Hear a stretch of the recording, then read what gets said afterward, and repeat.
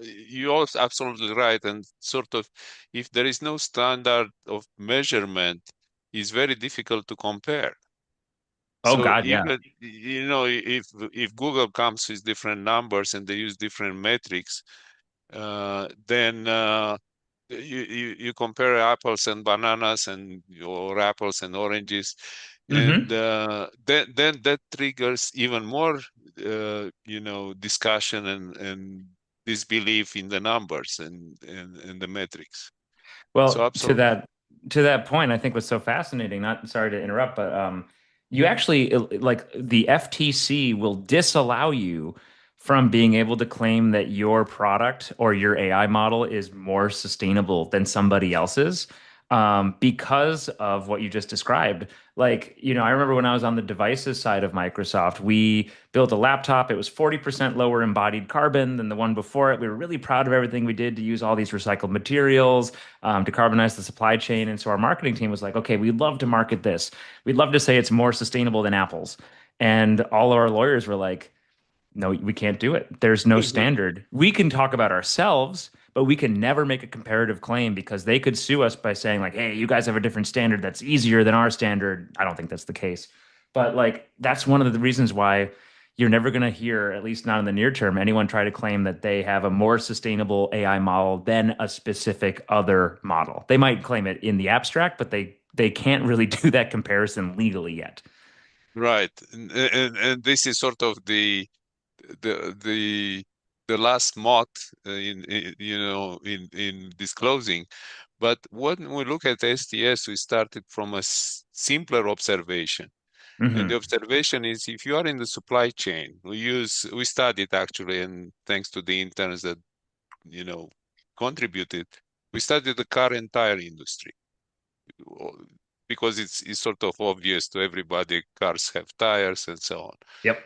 And we started to look at tires requirements for sustainability. So if you take the top 10 car companies, there are top 10 requirements to the same uh, tire company. And there are about 10 large tire companies in the world.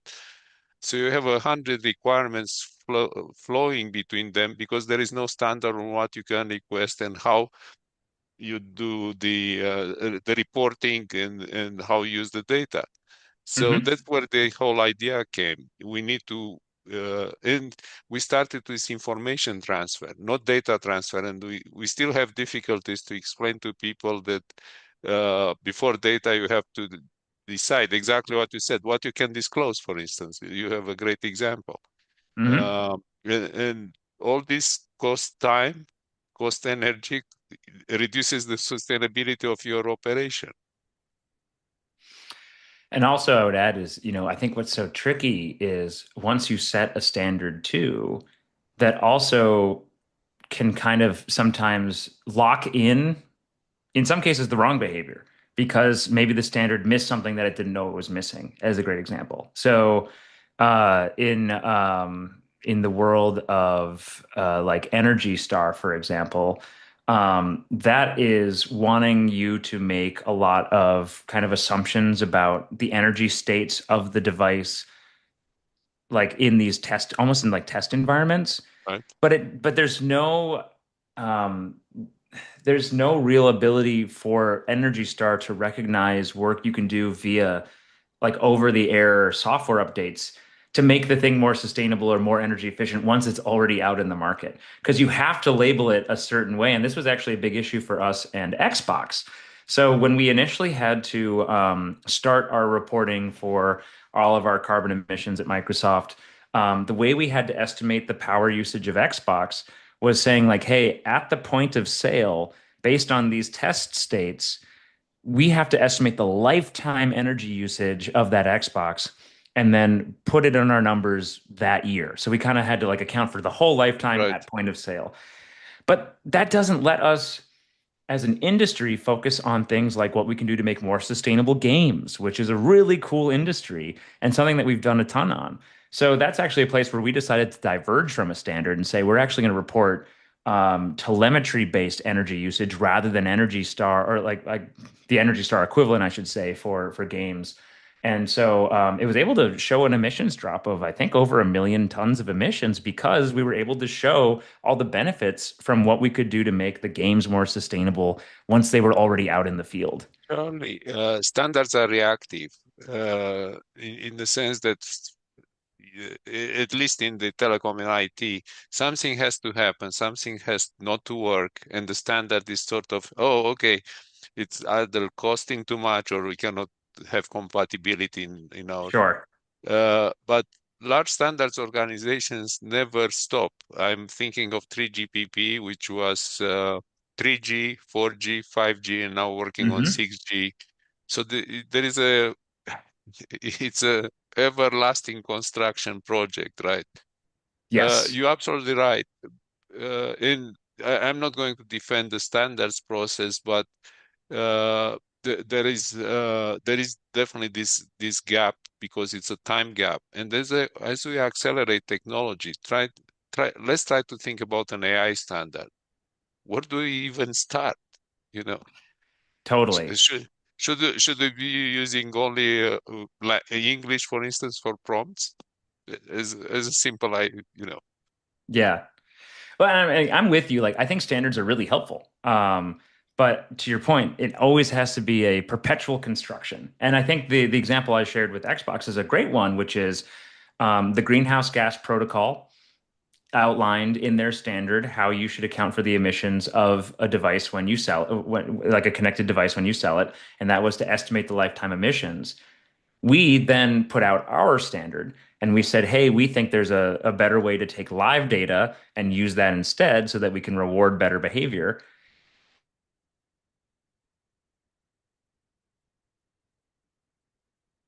Standards, to your point, it is a bit reactive, but as long as it's continuing to react, this is a way to just make sure that we continue to entrench the right behaviors. And if we realize we've entrenched the wrong behavior, fix it relatively quickly so that it doesn't get baked in too hard. yeah, absolutely.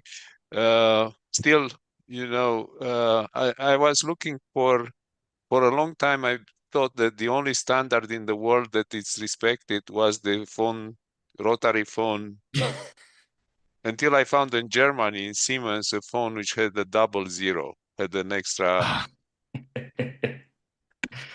I'm not sure who was maybe calling the operator or something, some Sure. function.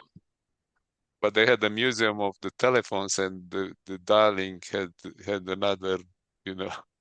But that was the only one. I look at electrical plugs as I travel around the world, and electricity, of course, is 50 hertz, 60 hertz, 110, 120.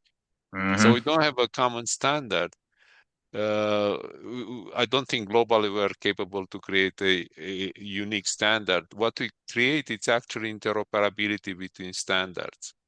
So Hmm. a lot of effort in telecom, for instance, go in interoperability testing, making sure that regardless how much, and these are very detailed standards, regardless how much you respect or not the standard, can you actually comply to transmit and receive data? Right. So shifting a little bit. But we talked about resilience action versus dual purpose actions. And I think you had one example when we met first. Would you I like got to talk the about it?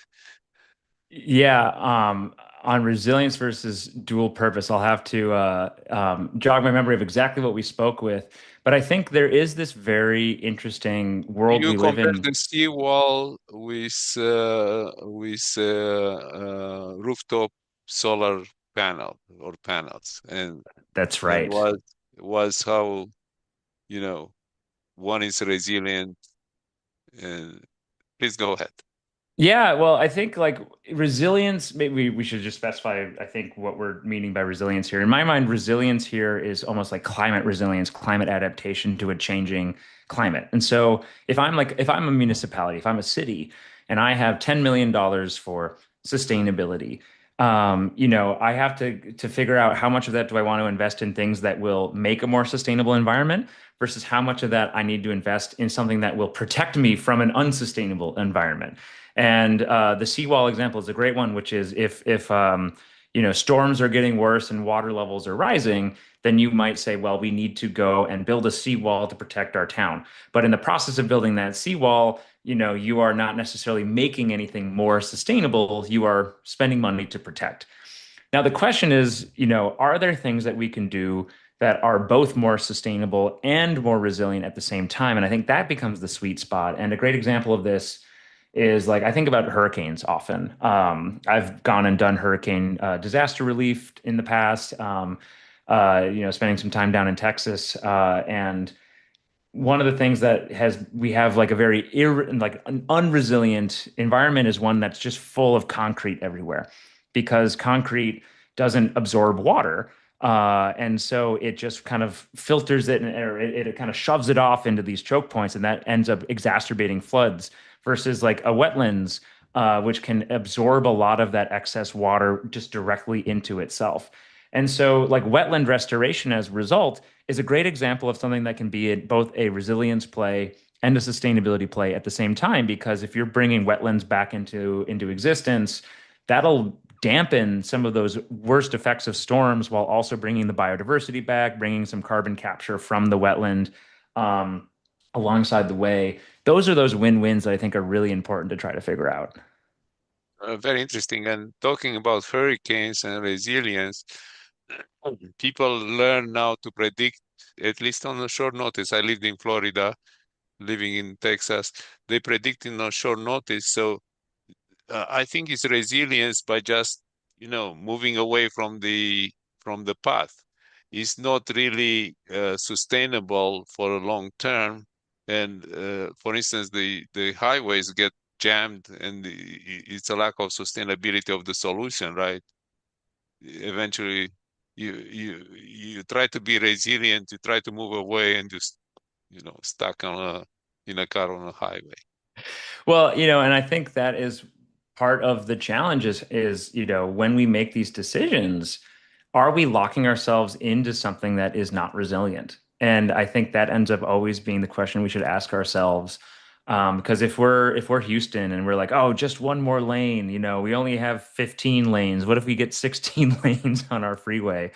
Every new lane is more concrete that's not absorbing water and makes the problem worse versus, if you think differently about how your transportation, system looks that is more kind of a lower physical footprint to move more people, that creates a more resilient infrastructure. And so like people are like, oh, I don't trains would never work, buses would never work. But if you think about their ability to make your city more resistant to storms, which nobody thinks about trains helping you make your city more resistant to storms, but because it's got a much smaller relative footprint to move a lot of people, like imagine New York City without a subway. Those 8.5 million people now all needing to drive everywhere instead of being able to take the subway. The amount of concrete and the amount of roads you would need would make it so that the next like any storm to hit that city would just annihilate it. And so like subways are a resiliency play. I said it here. Right. No, mass transportation, and in general, mass solutions, right, to the problem as opposed to individual solutions. It's not enough to build a sustainable home if the whole, city, the whole country uh, doesn't doesn't go in the same direction, right? Right. And we talked about the authority and how to execute change. That's almost the inviting you to write a management book, but how to influence without control, without authority, let's say, which Yeah, and you I can think control. folks who are listening, if you're into the industry, you know this intimately, and if you're not, you will become intimately familiar with it, which is that if you're a sustainability professional, you don't actually have much authority at all. you are in a very unique, often horizontal function that is all about how you influence other people to go and do things. I'm a director of sustainability, uh, but I don't have any execution responsibility. Like I am not there to go individually sign power purchase agreements for clean energy. I am not there individually to change our design specs to use lower carbon building materials. I am not there to like test out new innovations like cool battery tech or Mhm. whatever. I'm an essential function. And so it's so dependent on my ability to pull all these pieces together with my team to ensure that the people who have regular jobs who are doing regular things know how they can support the sustainability ambition in the course of their normal job and their normal business. That's where going back to what I was saying earlier is, I've seen time and time again, and I kind of get to it a lot in my book, is so much of the really good way to get that done is understanding how you um, govern with joy rather than govern with fear. Like fear can get things done for sure, but that's really my thesis of change is, the if you have an army of volunteers, you need to figure out what's going to keep them volunteering. And if anyone who's listening has ever worked at a nonprofit, you know how challenging that is. Or like even, I'm on the governing body of an industry consortium, but that's also a bunch of volunteers. And it's like, it's a really tough ask to get someone to spend 5 hours of their week with you. And so if they don't have to, they won't. So you got to get them to want it. You ever seen the movie Inception? No, but tell me a little bit about it. The idea of Inception, it's a very fun thriller. It's a decade, 2 decades old at this point. It's all about kind of getting in someone's mind to plant an idea that they think they had so that they're more willing to kind of run with it on their own because they think it's their own idea. You kind of got to incept that seed of caring for the planet in everybody so that it's sustainable, no pun intended, because they feel a personal drive and a personal urge to want to support this work Sure. beyond just feeling like they have to do it in the near term to get someone to stop yelling at them. For people, especially if you consider people independent actors, right? If you are in military, you are under some command or another. But if they are individual, independent actors, they have to believe in the decisions they make. You can force them for a while until they quit. Exactly. And so my book, so the way my book is structured is all the things you can do in your personal life, things you can do at home, all the things you can do in your professional life, all the things in the political life. In the professional life, I actually have a whole segment about like here are ways that any job can be a sustainability job, and it goes through a number of different examples. It's like you can be anyone from a software salesperson to like even my first job being a sandwich artist or whatever you want to call it at a Jimmy John's. I'm just making subs Okay. for people. But even then, when you feel like you might not have any authority, there are really cool sustainability things that you can do. Because, like, frankly, if sustainability is not happening at a company, it's usually for no good reason. It's just that nobody has decided to raise their hand and be like, "Hey, can I be this person?" And once no one's really going to say no to you trying. And once you do, you can start the ball rolling. uh, Sustainability at the company level, it's a cultural change, implies a cultural change. And usually cultures come from the uh, top officers of the companies, Hmm. CEOs, CXOs. And in our experience in AKFI, when we talk to CXOs, they many of them believe in sustainability. They don't feel empowered to communicate it. They think it's, you know, personal as opposed to be collective. Hmm.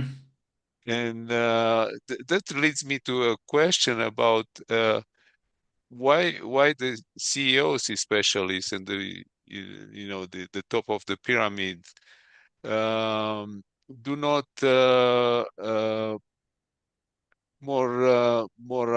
articulate more strongly the need for sustainability, because as I said, a lot of them understand, believe. Many of them are thinking of the next or next generation as they have kids, and Hmm. and grandkids. So, how do you see this? And is really top of their mind in your experience? I'm sure you, especially in these associations, you discuss. You see many people representing. Are we there yet, or because once we are there, they will eventually um, steer the discussion, the culture of the company in that direction, or being more sustainable. Yeah, well, so, just to underscore why that top-down position is so important is, people can't be everywhere. And in a world where you can't be everywhere and influence every decision, you have to ask yourself, what are the things that will influence every decision? And process is one of them, of course, but culture is a huge one as well. And so if you have a culture of safety,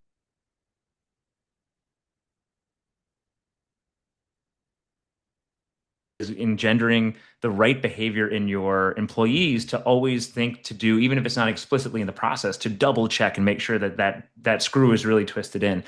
The same thing can happen in sustainability, where, if you're a leader who wants to have this be part of everyone's decision matrix, setting that culture at the top, saying this is something that we care about, can then make sure that as people make individual decisions, they're at least considering like, hey, maybe I shouldn't drain this wetland to build the data center because that wouldn't be very sustainable. And I Right. have seen that culture happen at Microsoft, which is awesome. I've that exact conversation happened with I didn't tell them, hey, you can't drain the wetland. They on their own said, hey, we shouldn't drain the wetland because there was a bit of that culture.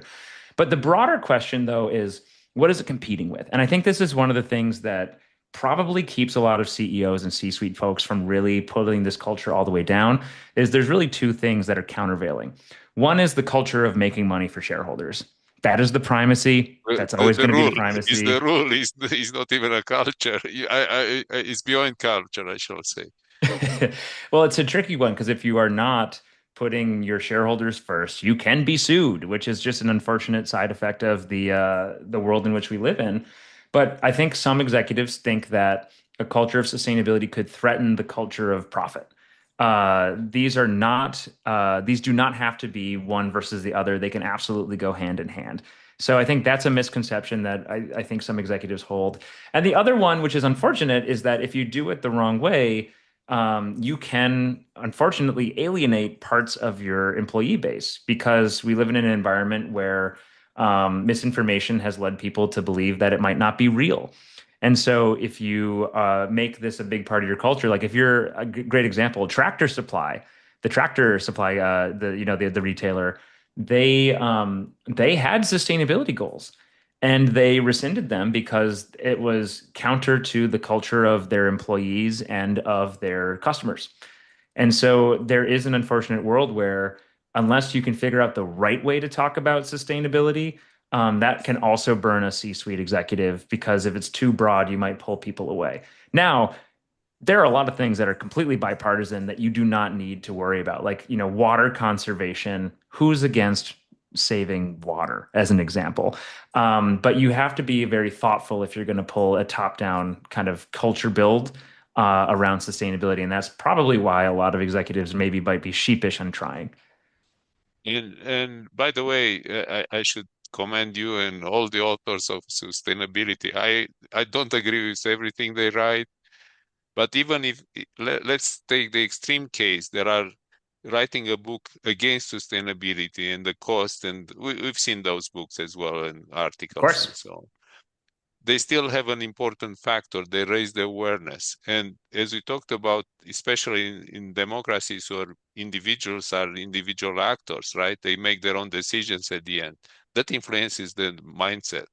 So I don't want to put the burden only on corporate to change the culture. I work on digital transformation, and that's a major cultural shift. The AI, it's coming with the same shift, right? Is AI going to terminate my job, get me to back to university and spend another 4 years getting a degree, and frankly, no income. Uh, so it's going to influence. So all these activities, the very mention of the word sustainability, I think it's important culturally, the in this context. Oh yeah. And it's amazing how much we agree if we can find the right language to talk to one another. One of the great joys of me doing my book tour for my book is I'm not just going and doing talks at universities in big cities. I am going to rural communities. I am going to churches. I am talking to anyone who wants to listen about ways we should be more optimistic about what we can do to make our planet healthier. And sometimes you just have to change the language. Like maybe if you're a farmer in the middle of nowhere, you're kind of very distanced from a city, you're not actively thinking too much about like climate change in the way that it would be stated in a city, but you are very attached to your land. You're attached to the health of your soil. You're attached to the temperature outside. You're attached to how much it's raining. And if you don't try to use the same language everywhere and you meet people where they are, nobody's sad about like here in Minnesota is a great example. We had a amendment to the state constitution that passed in 2024, same election for the federal presidential election, and this passed with 80% plus approval. And it was to use proceeds from our state lottery to fund like trail maintenance, wetland restoration, like hunting grounds, basically conservation work. And every single county in the state of Minnesota voted to approve it. It's because we used the right language and made it something that was relevant to everybody. Like this can happen. Exactly. Yeah, Translating an abstraction, sustainability, ESG to what really counts for me, what counts for my family, my next generation, my next generation, and so on. And totally. this is where I think executives, once they will find this common language, they'll have no hesitation to move forward. I want to make a small announcement, and we worked actually on something which we'll call on the process of sustainability. So together with another university professor, we uh, came up with we look at the process, which usually in high-tech companies I work, I don't know if it's Microsoft included, they start with MRD, market requirement document, first the market study, and so market requirement documents, that becomes process, product requirement documents, design specs, and so on. And we Hmm. came up with a recommendation to start with SMRD, sustainable market requirements, sustainable, and let the process chain to build sustainability in day one of the product, not okay, let's try to Hmm. fix the batteries now on the phones because we use too much lithium. Right. Cool. And actually that we think that will result in much, first thing is process, and process connects organizations or internally and in the supply chain. And second, it gets people aware of sustainability without making them, oh, you have to follow. It's like, just think about it. When you research, are you going to use more water? Are you going to put your plant or fabrication in an area that it's desert, Totally. for example? Well, it sounds like I might have to take a look at that after we're done talking here. Promise, we'll send you the document. And two things. I definitely want to continue because I don't think we finished the topics. I want to go in sustainability in finance and so on. But I have one last quick question about what are your recommendations for students that want to choose a career, and to people in the mid-career change that we met many in this actionable ESG that change the career and want to work in sustainability. They feel the drive. Yeah, I mean, the main thing I would say is if you believe the thesis that any job can be a sustainability job, then we need to internalize that and not just throw away what we're passionate about or what we're really good at to go and seek the very narrow band of jobs that just have sustainability in their title. Like if you're a awesome graphic designer, that is your passion, that is your skills. don't feel like you have to throw that away and go to grad school to become a life cycle analysis expert. Think instead about that thing that you love to do and you're really good at. How do you take that and layer sustainability on top? Sure. That tends to be, in my experience, the way that people really get able to do this at scale in larger companies. I don't have a sustainability background. I'm speaking from experience. That's not my background. My background is it was in events management, but also it was in program management. And so, really, when I was hired initially into Microsoft, it was not to go and be a sustainability expert. It was to be a business expert who owned sustainability as a topic. And I think Okay. that mentality is saying like, no, don't throw away what you love, build on what you love and use that to put sustainability into your job no matter what it is. Absolutely. And I'll add one other factor that you touched on. Um, as we build skills and professions and we develop uh, hermetic languages, like we speak Latin, all of us speak different dialects of Latin. It happened, in the history of religion Hmm. in Catholicism, right? And eventually you have to come to the language of the people you serve, Right. that you raised. And this communication between different groups, it's extremely important. I would say we talked about in other interviews about the ability to communicate across the barrier of the language, right? Yes, indeed. So definitely, I would like to invite you back. I don't think we cover more than half of what we proposed to cover, and I'm very excited about the conversation. I would like to close by thank you for being with us today. I want to remind our audience to make AKFI Actionable ESG Talks your weekly go-to for bold ideas like we discussed today that reduce risk, drive inspiration and innovation, and create real value for supply chain powered by ESG and digital transformation. Again, Charlie, I truly appreciate it. And until next week, goodbye from Manuel. Thank you.